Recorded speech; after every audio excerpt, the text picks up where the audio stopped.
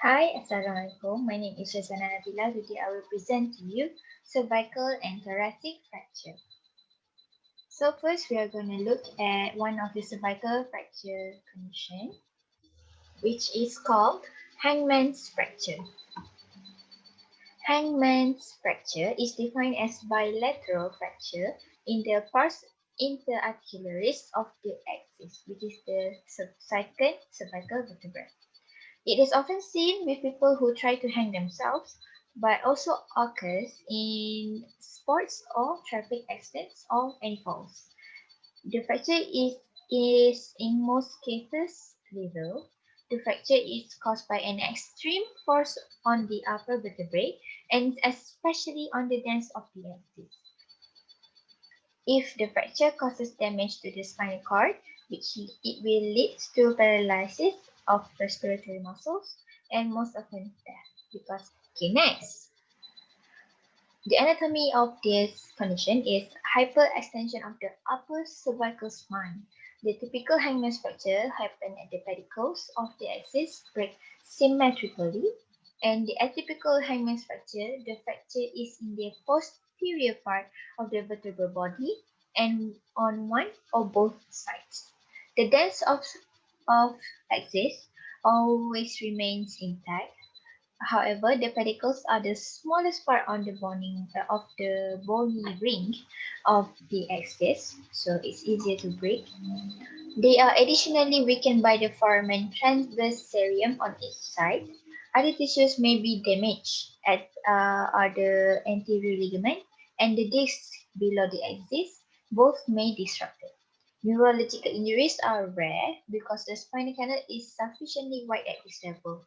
They already have a wide opening for the spinal cord, but when the fracture happens, it can widen the space. However, if there is the burst or more particles of fracture, it may disturb the spinal cord.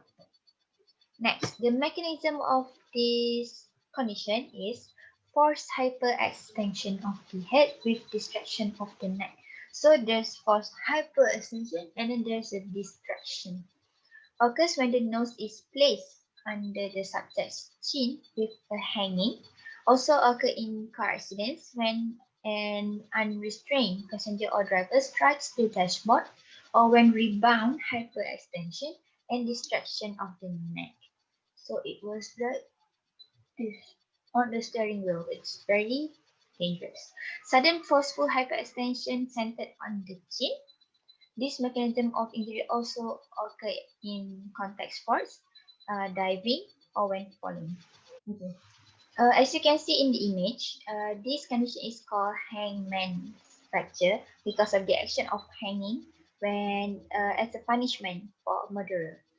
It can happen in the body as well, in the pedicle, as you can see the photo of the vertebrae, and it is also can happen during car accidents when you were pushed from the back and forced to hyperextension.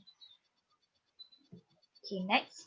There is some classification of this fracture. There is type 1, type 2, type 2A, and type 3. Type 1 of the classification of this type of fracture is caused by axial loading and hyperextension. There is less than 3 mm subluxation of C2 on C3 and no angulation. This fracture is stable because the anterior and posterior longitudinal ligament are intact along with the C2 and C2C3 disc.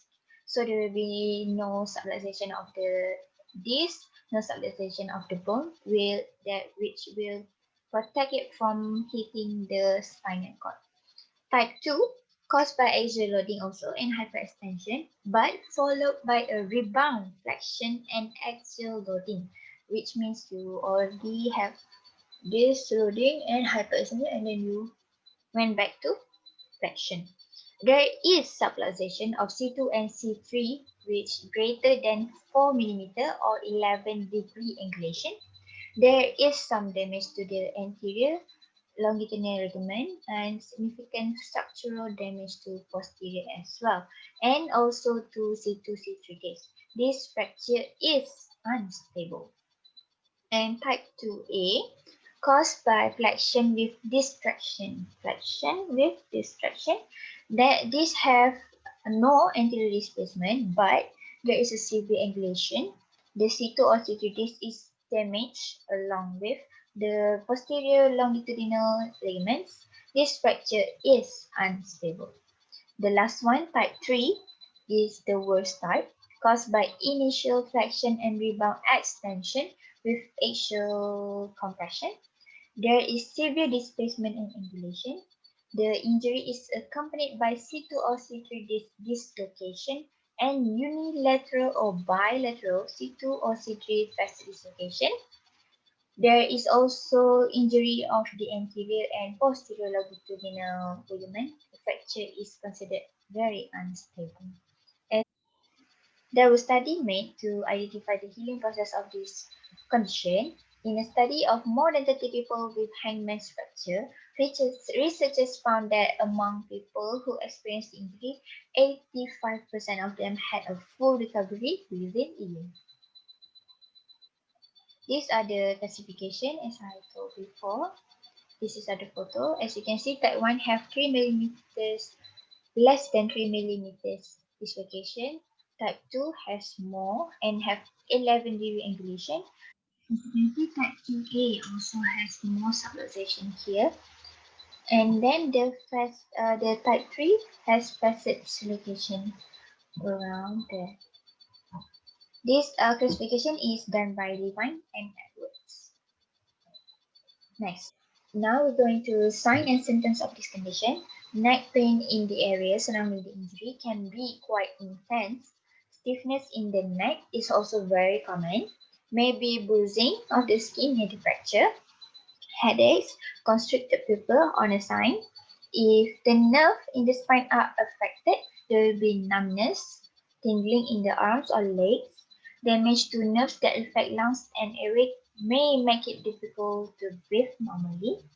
If the spinal cord is damaged, symptoms can include pain, sensory loss, weakness, paralysis, and or death.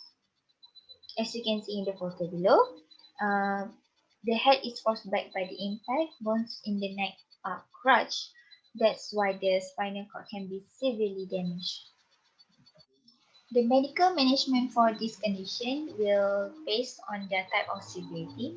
For type 1, rigid collar for 4 to 6 weeks. For type 2, if the displacement is less than 5 mm, so reduction with traction and then halo immobilization for 6 to 12 weeks. If it is more than 5 mm displacement, surgery or prolonged traction. Usually heal despite displacement. Type 2A, avoid traction in type 2A, and reduction with gentle axial load plus hyperextension, then compression halo immobilization for 6 to 12 weeks. And for type 3, surgical reduction of facet dislocation following by stabilization requirement. As you can see in the photo, this is the halo immobilization, the rigid collar, and this is the pedicle screw fixation for the pedicle fracture. Next, the physiotherapy management in this condition is not so much. However, we will focus on the post-operation management. First, we can use ice and ultrasound superficially only to reduce pain and any swelling and also to speed the recovery. Positioning to increase comfort in sleep and other activities and to change every hour if for type 1 fracture only. Passive movement of other upper and lower extremity to maintain their good condition. Next, the intervention and rehabilitation.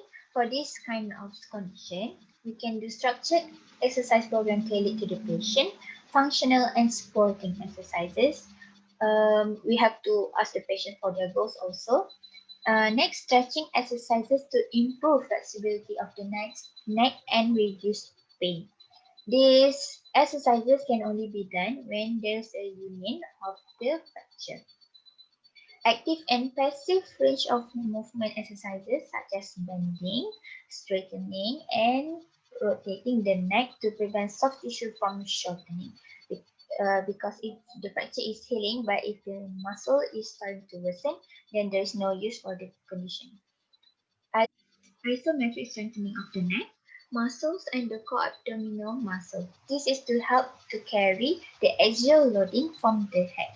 Next, low impact aerobic exercises such as walking and stationary cycling. And last but not least, ergonomic assessment to assist the way you move at work or at home.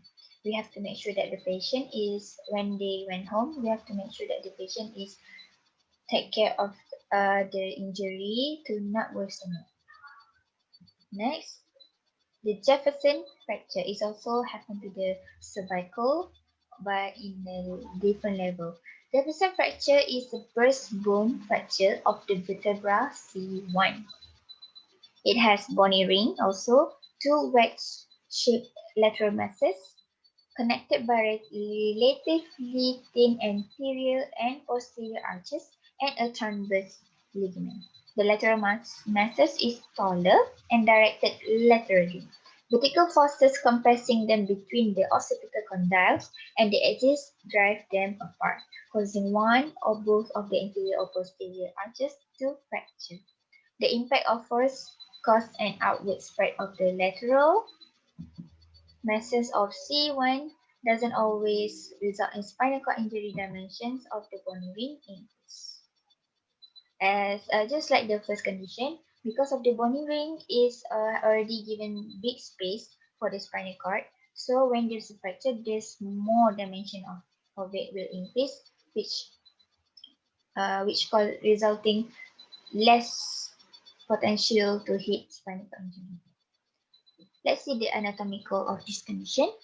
So first, the vertebra C1 is also called as atlas, has no vertebral body. Upper surface of the atlas bears a superior articular facet on a thick lateral mass on each side, as you can see from the photo. The lateral masses articulate with the occipital condyles. Next, the mechanism of this injury. Typically, it is caused by diving head first into shallow water. Axial loading along the edges of the cervical spine cause to the occipital condyles being driven into lateral masses of C1, not normally associated with neurological deficit, although the spinal cord injury may occur if there is retropulse fragment affecting the cervical. The classification. Type of Achilles fracture depends on the speed of axial force impact and the loading of the fracture itself. So for type 1, anterior arc fracture.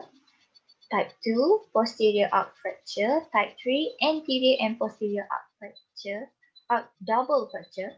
High speed, 2 to 4 parts of burst fracture. And type 4, lateral mass fracture with slow speed, which causing 13 of 20 fractures.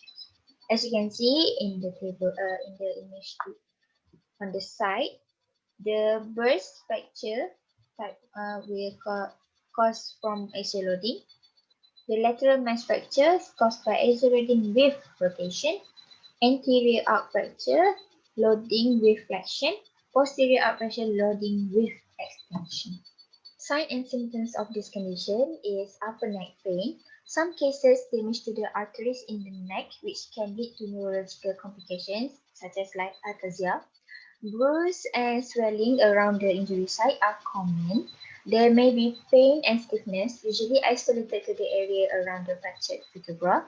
Have trouble walking and even breathing if there is been spinal cord damage, because it's near to the brainstem, which control the involuntary actions such as breathing, heartbeat.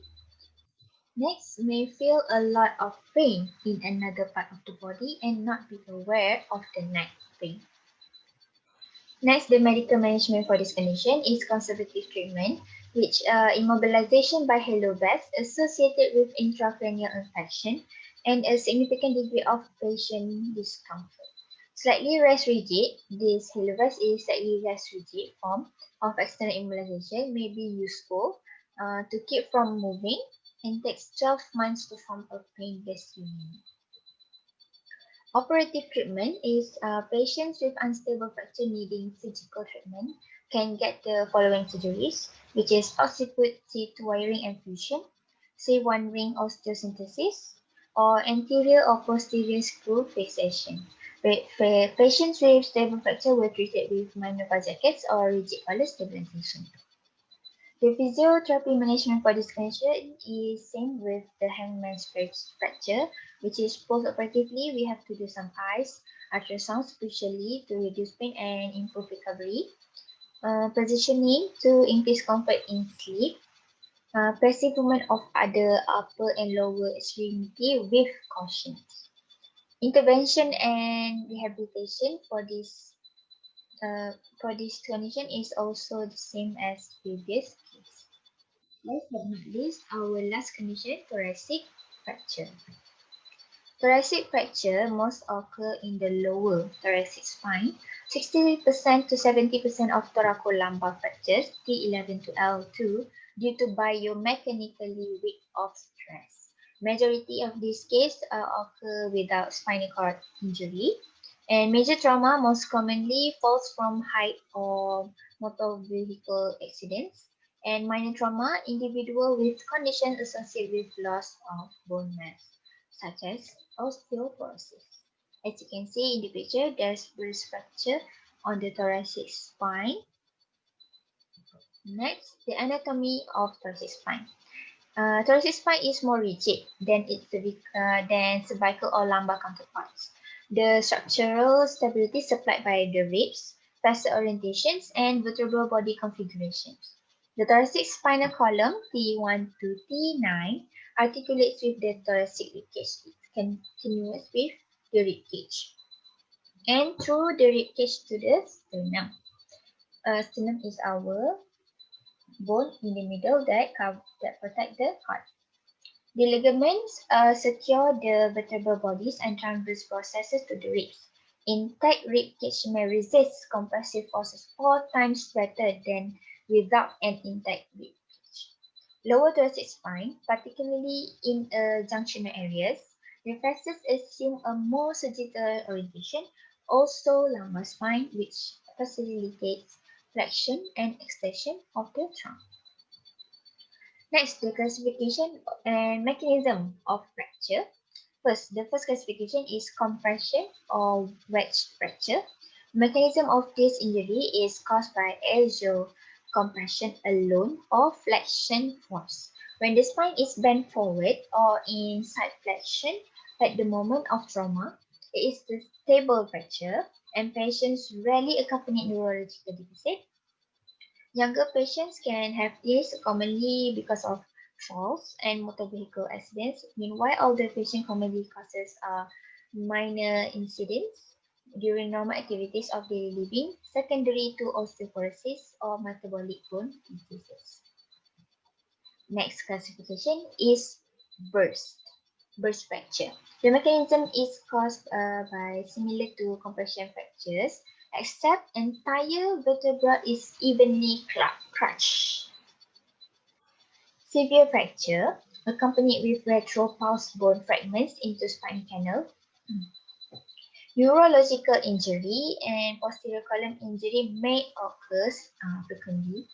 Common causes are axial loading of the anterior spine, fall landing on buttocks or lower extremities. The concentration of axial force is to the thoracolumbar junction. Next classification is flexion distraction, or also called as seat belt injury or chance fracture. Mechanism of this injury is involved distraction of fracture of the vertebra. Occurs primary distraction forces on the spine. The axis of rotation is located within or in front of anterior vertebral body. The posterior and middle columns of the spine fail to control under tension due to trauma, involving sudden upper body forward flexion, lower body stationary. This is explaining the seatbelt injury. Often associated with abdominal trauma due to compression during injury. Anterior column may be mildly affected. Annulus fibrosis and anterior longitudinal ligament intact to prevent dislocate and subluxation. Gap between spinal processes often present upon palpation. Next, fracture dislocation. It is found in combination with displacement of adjacent vertebrae caused by various combination of forces, very unstable and can cause a complete neurological deficit because it has a dislocation movement which can pinch the spinal cord. All their columns fail under compression, flexion, rotation or shear forces. Can be caused by a severe flexion force similar to seatbelt injury or an object falling across the back. Last but not least, clay-Chevaliers fracture.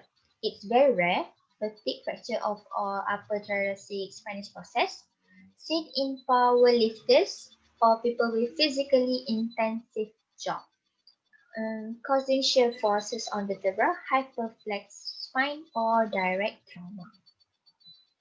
As you can see here, the images is showing the type of calcification and the mechanism of the fracture.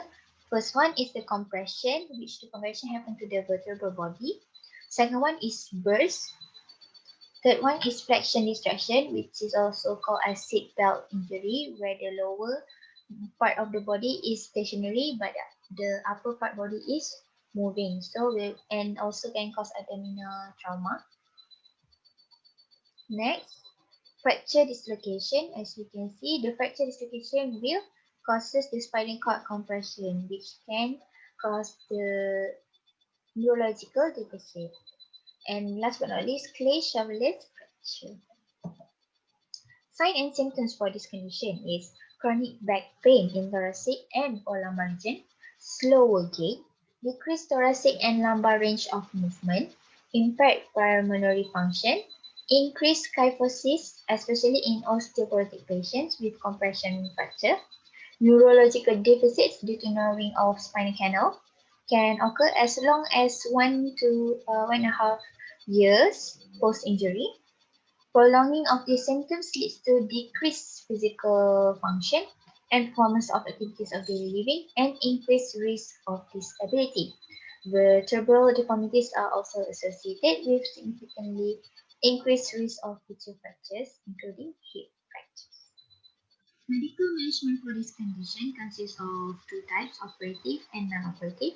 First, operative. The benefits of operative management is to avoiding an orthosis in the presence of multiple injuries and skin injuries, immediate immobilization, earlier rehabilitation, better restoration of surgical alignment. But the disadvantages of this procedure, risk of surgery including the risk of general anesthetic, which is lung collapse and any complications. Conventional open surgical technique may be accompanied by approach-related muscle injury, increased infection rates, and higher blood loss. But the indication of this operation is neurological involvement and or progressive neurological deterioration, more than 50% spinal canal compromise, and when more than 50% anterior vertebral body height loss. Also, when there is more than 25° to 35° angle of kyphotic deformity, posterior ligament complex compromise. Approaches can be anterior, posterior, or combination. Minimally invasive techniques were described recently in thoracolumbar fracture. Next, the non-operative.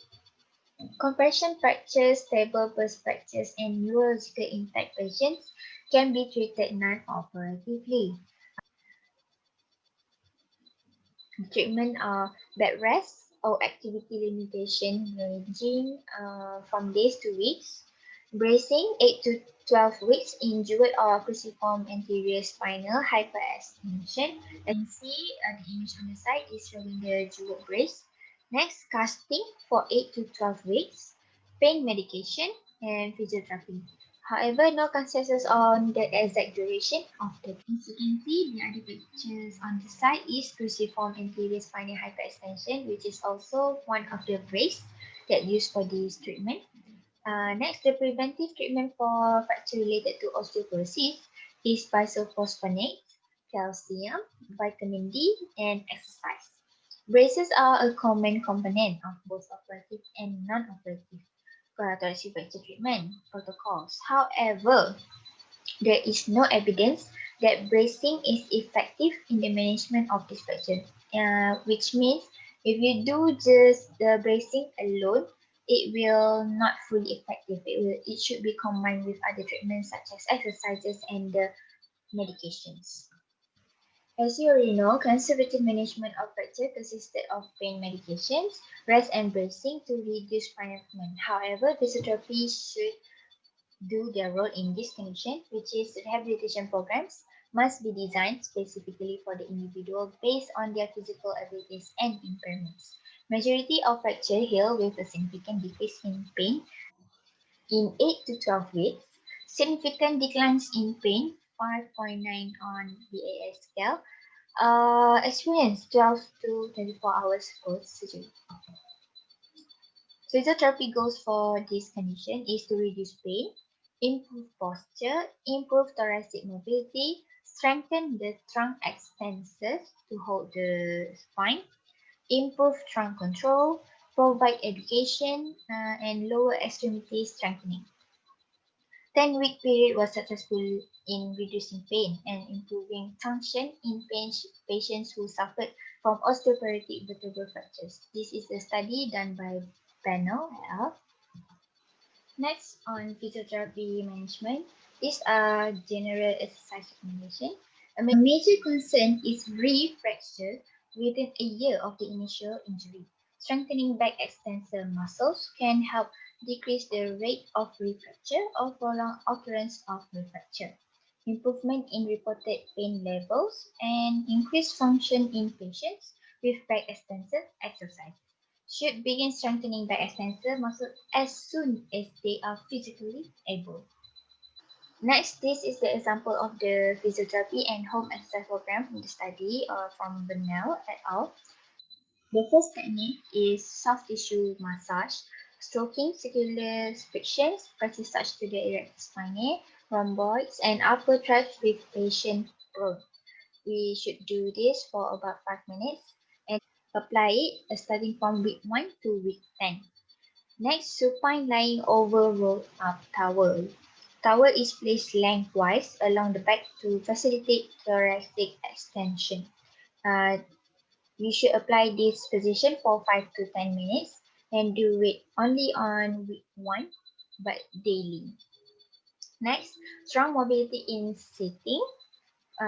With hands on shoulders, gently rotate to both direction and laterally flex to each side. 5 repetitions in each direction. Do this during week 1 to week 10 daily, but do not overstretch or over range. Next, elbows back in sitting. Hands placed behind the head with elbows pointing out to the side. Press elbow backs using scapular flexion. Instead of doing this, use your back muscles and retract. And retract. Retract. You can feel the scapula is glide close to each other. The dosage for this exercise is 5-second hold for 5 repetitions. Do this during week 1 to week 10 daily. Next, head to wall in standing. Stand with back and heels against the wall and a rolled up towel behind the head to retract the chin. Retract the chin. Do this for 10-second hold for 5 repetitions. This is on week 1 to week 10 daily. Next, standing corner stretch. Stand facing a corner and place both hands chest height on each side of the wall, which means 90 degrees, like this, both up.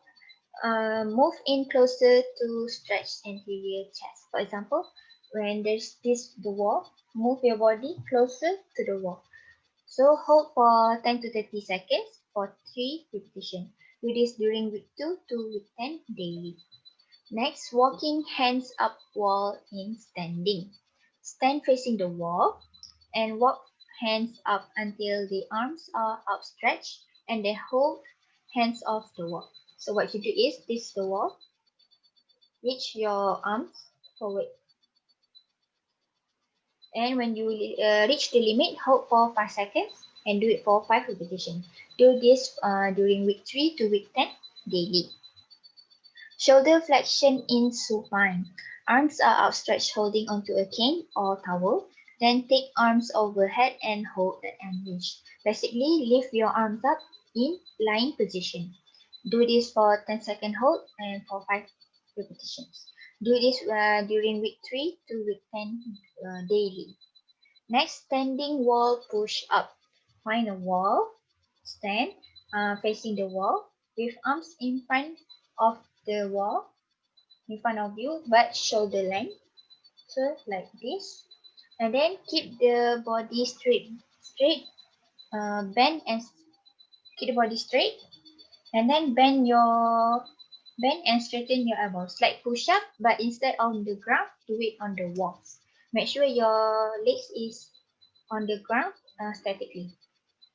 8 to 10 repetition for 2 sets. Do this since week 1 to week 10, 3 times a week. Next, seated row with dumbbells. Sitting upright, pull hands up towards chest and by bending elbows and then lower. The stage for this exercise is 8 to 10 repetition and do it for 2 sets. Do this during week 1 to 10, 3 times a week. Seated overhead dumbbell press. Elbows are bent and out to the side. Press dumbbell straight up until arms are extended overhead. So like this. From this, up. This, up. This, up. 8 to 10 repetition times 2 sets. Week 3 to week 10, 3 times a week. Bridging in supine. You should do this during week 1 to week 2 only, but 3 times a week. Knees bend and feet flat on the ground. Push through feet to lift back and pelvis off the ground. This will improve the extensor muscle strength. Do this for 5 to 10 second hold with 5 repetitions. Next, hip extension in prone. Raise one leg off the ground and then the other, alternating. Raise it. So do this to 8 to 10 repetition and do this for 2 sets. So start this exercise during 3rd week to 10th week, 3 times a week. Half squats or progress to holding dumbbells. Stand in front of chair and squat down to touch chair with buttocks. Then stand up. You can progress this using dumbbells to give more strength, put some resistance. So do this for 8 to 10 repetition for 2 sets. Do this during week 1 to week 2 if they are physically able. Next one, steps up. Progress to holding dumbbells. So step up and down a 10 centimeter step, alternate the legs. So this can be progress to you to holding dumbbells or any weight application to give more resistance. 8 to 10 repetition and do this for 2 sets. Do this during 3rd week to 10th week, 3 times a week. Next, scapular retraction with TheraBand in sitting. Hold TheraBand in both hands with elbow tucked into the side. Make sure your elbow is on your side of the body. Then perform wrist extension, forearm supination, shoulder external rotation, and scapular retraction. Like move your hand upward. Dosage is 8 to 10 repetition for 2 sets and week 1 to week 10 for 3 times a week. For pioneering with transversus abdominis, push into floor with hands, knees and feet, then draw navel up and in. hold this for 5 seconds and do this to 8 to 10 repetition for 2 sets. Do this during week 2 3 times a week. Next, the same exercise, but you have to lift one arm and leg. Perform as above, then lift one arm off ground and progress to lifting and extending the leg on the opposite side of ground at the same time. This is also called as the bird dog position in the yoga. The dosage for this exercise is 8 to 10 repetitions for 2 sets. Duration is week 3 to week 10, 3 times a week. Next, prone lying with arm elevation. With arms at shoulder height and bend at elbows, perform scapular retraction and then lift arms off floor. So do this for 5 to 10 second holds for 5 repetitions. Do this during week 2 to week 3, 3 times a week. Last but not least, prone trunk extension. Lift head and shoulders off floor while maintaining chin retraction. Chin retraction and lift the head and shoulders off the floor. Do this for 5 to 10 second hold for 5 repetitions. Do this during week 4 to week 10, 3 times a week. That is all. Thank you.